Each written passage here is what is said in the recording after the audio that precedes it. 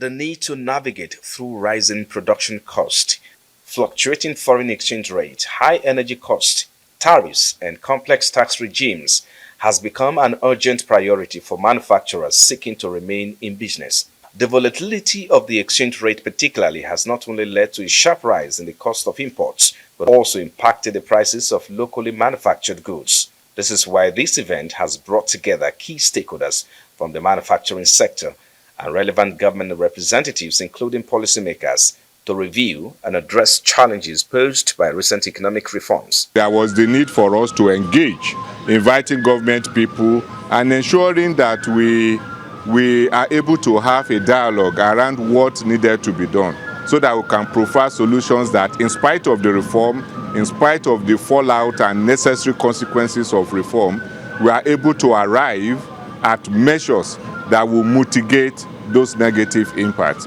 The recent government reforms and policies, such as removal of fuel subsidy, floating of naira, exchange rate policy, and increase in monetary policy rates. These challenges have negatively impacted the manufacturing sector to an ingreat proportions.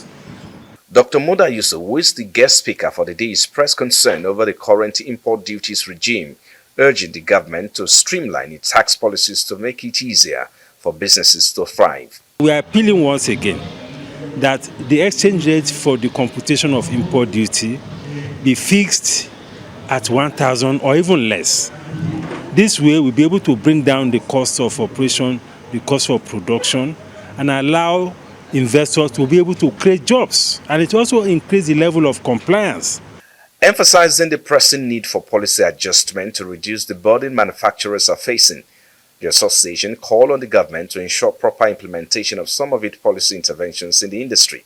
All the measures that have been taken by this administration, particularly the zero duty on importation of pharmaceutical inputs, and even the one that has recently been made about food, all of those should be speedily implemented because we are yet to see it come to fruition because the necessary administrative measures has not been put in place to facilitate it. So basically what the AGM is saying, arising from the AGM, is the fact that government needed to put speed in terms of actioning those things it had agreed to do. In the course of the presentation today, there is indeed need for collaborative engagement between the manufacturers as well as the government so as to itemize those key areas that they found difficulty as a result of the reforms that the government is bringing in order to strengthen the system.